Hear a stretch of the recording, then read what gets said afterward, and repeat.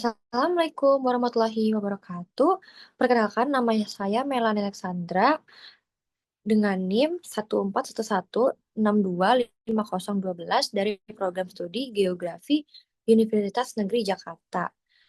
Saya di sini akan mempresentasikan hasil artikel saya bersama dengan Muhammad Ifkar Al-Islami dengan judul artikel Peran Kearifan Lokal, UMAK dan Simpuk dalam Pengendalian Deforestasi dan Pelestarian Ekologi dengan dosen pengampu Bapak Prof. Muhammad Zid MSI, Bapak Muhammad Yusuf SIP MSI, dan juga Ibu Hikari Bisa Putro SPD MPD. Lanjut kita sekarang ke bagian abstrak. Deforestasi di Kalimantan bukan hanya masalah lingkungan, tetapi juga mengancam ekosistem dan kehidupan sosial masyarakat Dayak itu sendiri. Hilangnya hutan menyebabkan terganggunya sistem ekonomi tradisional, migrasi penduduk, serta melemahnya nilai-nilai adat suku Dayak.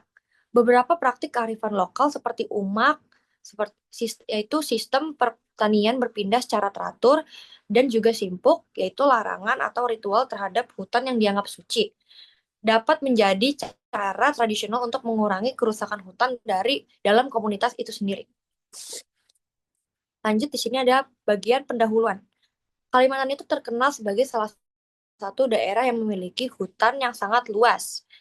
Maka seringkali disebut dengan paru-paru bumi menurut KLHK. Namun, menurut data dari Badan Pusat Statistik tahun 2024, luas hutan di Kalimantan Tengah terus saja berkurang. Pada tahun 2001, luas hutan di sana hanya 8,2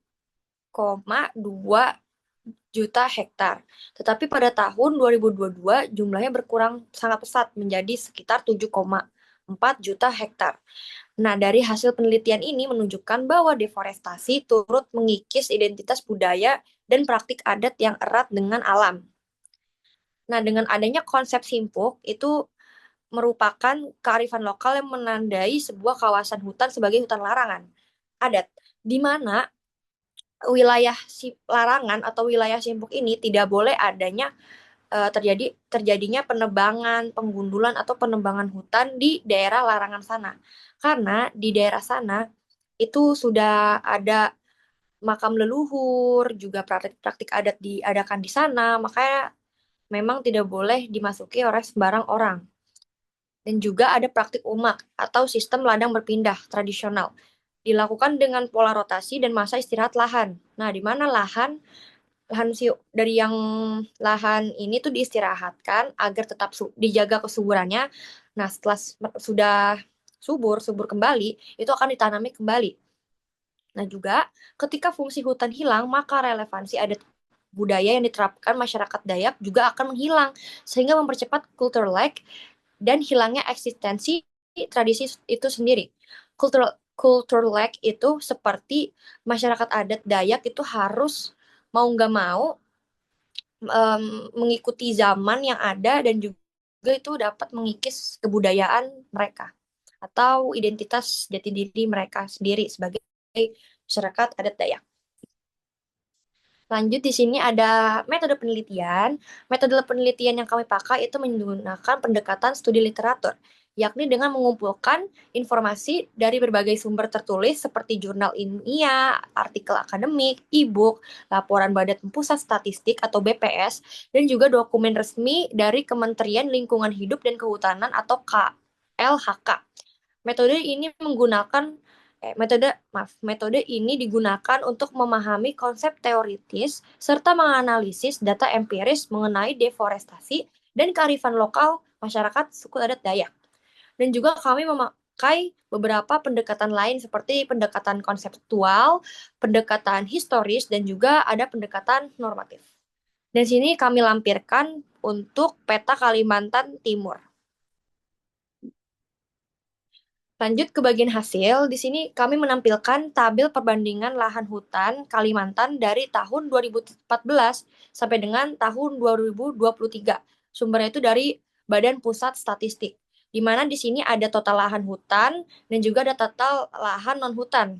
Yang di tahun 2014 itu ada sekitar 13.564,8 ribu hektar, dan juga di tahun 2014 itu total lahan non hutannya tuh ada di angka 5.940.000 hektar.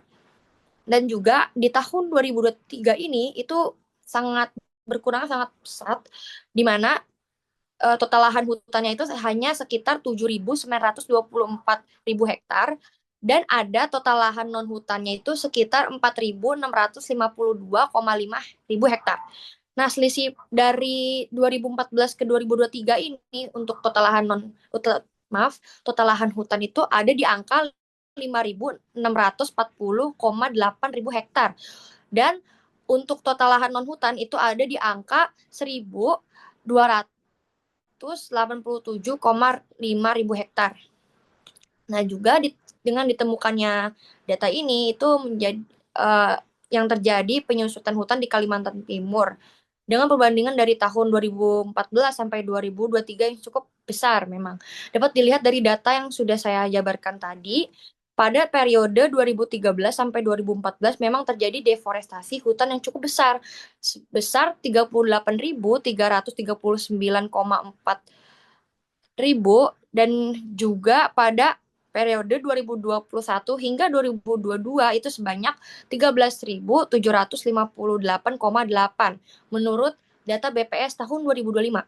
Nah, meskipun menurun, akan tetapi bukti nyata bahwa deforestasi masih menjadi ancaman dari keberadaan masyarakat suku adat Dayak, terutama dalam menjaga relevansi tradisi yang ada.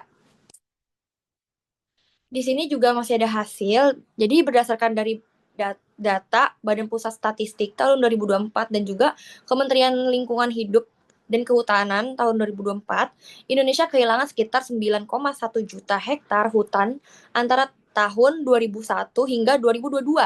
Dengan Kalimantan menyumbang lebih dari 40% total kehilangan hutan tersebut. Di mana sudah saya jelaskan di awal, memang Kalimantan ini disebut dengan paru-paru bumi, di mana di Indonesia pun hutan atau daerah hijau yang paling banyak itu memang di Kalimantan itu sendiri.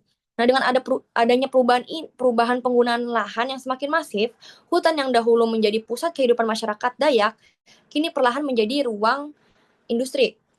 Pergeseran ini juga tidak hanya mengubah lanskap fisik, tetapi juga mengubah cara masyarakat Dayak, cara masyarakat memaknai hubungan mereka dengan alam. Lanjut, di sini ada pembahasan. Nah, beberapa adat istiadat juga masih menerapkan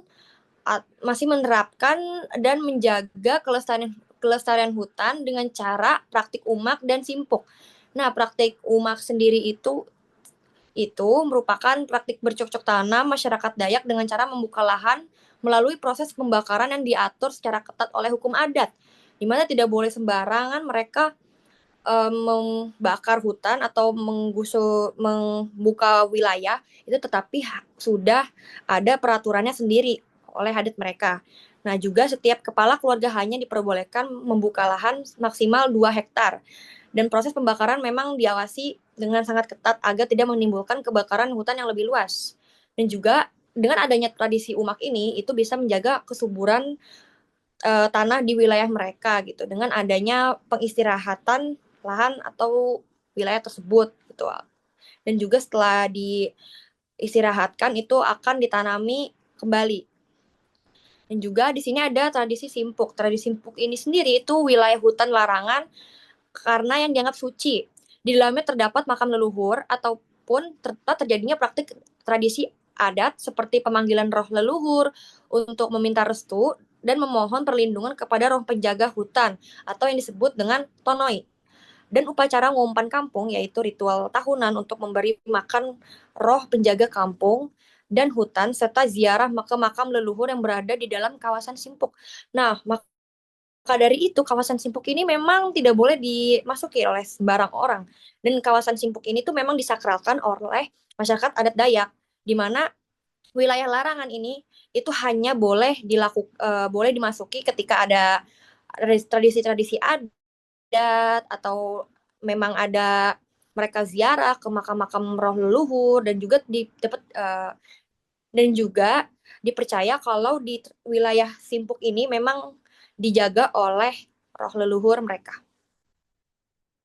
Lanjut ke pembahasan, Kalimantan Timur itu tercatat sebagai deforestasi hutan tertinggi sebanyak 44.483 hektar yang disebabkan oleh pembukaan lahan dan juga proyek pengembangan IKN atau Ibu Kota Nusantara. Nah, meskipun pemerintah mengatakan bahwa sebagian besar dari wilayah IKN adalah akan menjadi ruang hijau, namun fakta sebaliknya menunjukkan aktivitas alat berat dan pembukaan lahan yang masif. Juga, kearifan lokal, umak, dan simpuk hanya bisa bertahan apabila didukung oleh kebijakan yang memadai. Penghormatan terhadap masyarakat adat harus lebih ditingkatkan. Oleh karena itu, dengan adanya pembangunan IKN atau pembangunan infrastruktur yang lain itu harus mempertimbangkan kedua sisi, dari sisi kehidupan sosial budaya dan juga lingkungan. Di mana lingkungan ini sangat penting untuk bumi dan juga untuk kita-kita, dan agak sosial budaya ini harus terus berjalan berjalan dan tidak boleh terkikis oleh waktu gitu.